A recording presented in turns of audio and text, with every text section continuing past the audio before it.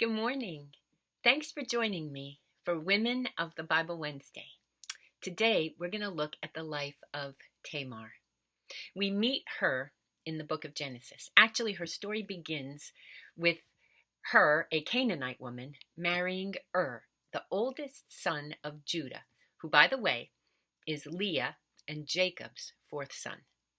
Apparently, though, was wicked in God's sight, so God killed him before he and Tamar could have any children. Now, according to ancient Hebrew law, it was the duty of the next brother in line to marry the widow with the sole purpose of impregnating her until she gave birth to a son who would carry on her dead husband's name and inherit his land. Actually, I read that it wasn't a true marriage, but more of a, believe it or not, stud service for the widow. Nice, right? However, the good news was that this law, called the law of Levirate marriage, rescued the widow from becoming destitute because without children, a widow had no financial provision and most times was forced to beg or prostitute herself. The bad news was she had to sleep with her brother-in-law until she produced a healthy son. Anyway, Judah tells his next son in line, Onan, to step up to the plate. But Onan was no dummy. He knew he had nothing to benefit from Tamar getting pregnant. Better for him that she never has children than he would split the inheritance between himself and his one younger brother. And so whenever they had sex, the Bible says he spilled his semen on the ground. Basically, he pulled out of her before ejaculating to prevent her from getting pregnant. For Tamar, this was doubly cruel because it not only prevented pregnancy, the thing she so longed for, it also robbed her of the possible pleasure of sex. Basically, Onan treated her like a whore instead of a wife. Interestingly, this early form of birth control is called onanism, and in the dictionary, one of its meanings is self-gratification. Well, I don't think God was very happy with Onan either, because like his brother God struck him dead too. Only one brother is left, but Judah doesn't want to risk another son dying. See, although we, the readers, know that God has killed two of Judah's sons, Judah doesn't. He suspects that Tamar is some sort of lethal woman, a woman whose sexual partners are all doomed to die. So Judah is afraid to give Tamar to his youngest son, Shelah. As a result, Judah wrongs Tamar. He lies and tells her that she should go back to her father's home as a widow and wait until his son Shelah grows up. But by doing that, Judah dishonors Tamar by sending her home penniless, childless, and disgraced. Because you see, Tamar isn't really a widow, as long as a living son remained for her to wed. But having no choice, Tamar returns home. Imagine for a moment what that must have been like. She was an outcast, young, but unmarriable, barren, or at least that's how it seemed. And a widow twice. Gosh, it couldn't get much worse. But things were pretty bad at Judah's house too. No grandchildren, no daughters or sons, except one whom he couldn't rightfully betroth to anyone but the dreaded Tamar. And on top of that, Judah's wife dies. Well, some time passes, and Tamar begins to realize that Judah isn't going to honor the Levirate law. And so she decides to take matters into her own hands.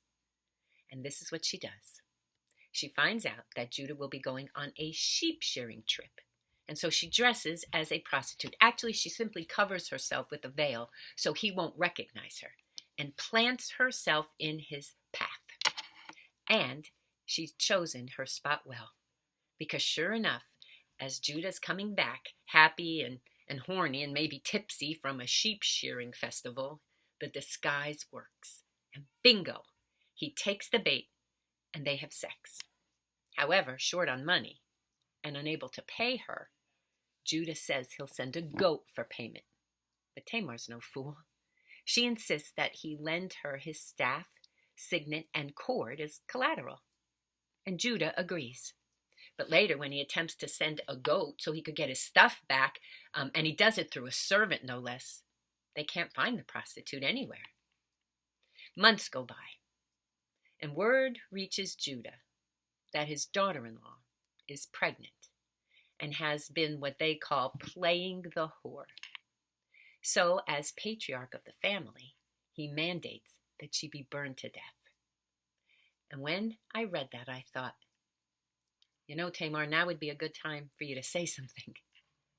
And she does. Calm, cool, and collected Tamar sends a message to Judah, along with his cord, staff, and signet, saying it was the owner of these that made her pregnant. Well, in shock, Judah is speechless. Now he has a decision to make. He can say she stole them, or paint himself a victim to her seductions, and truthfully everyone would have believed him, and Tamar would have died along with her baby. But instead, Judah surprisingly does the right thing. He acknowledges the child in her womb as his own, and even admits he was wrong. How about that? And the Bible says he didn't sleep with her again. And that's good, because aside from being a creepy thing to do, it was the legal thing to do, as the law says you aren't allowed to have sexual relations with your daughter-in-law. And when the time came, with the help of a midwife, Tamar gave birth to twins. Yes, twins. Awesome, right? I mean, how like God to give a double blessing? You know, like so many other women in the Bible, Tamar risked her life to save it and reach her goal. Now Tamar will have children to love, and to love her, who will care for her as she grows old. See, she made herself count when no one else did. And now she had value and worth. She could hold her head high as she walked through the town. Yeah, she had triumphed.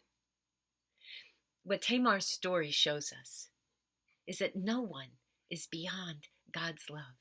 No one is out of God's sight. No one is beyond God's grace. No one is out of God's reach.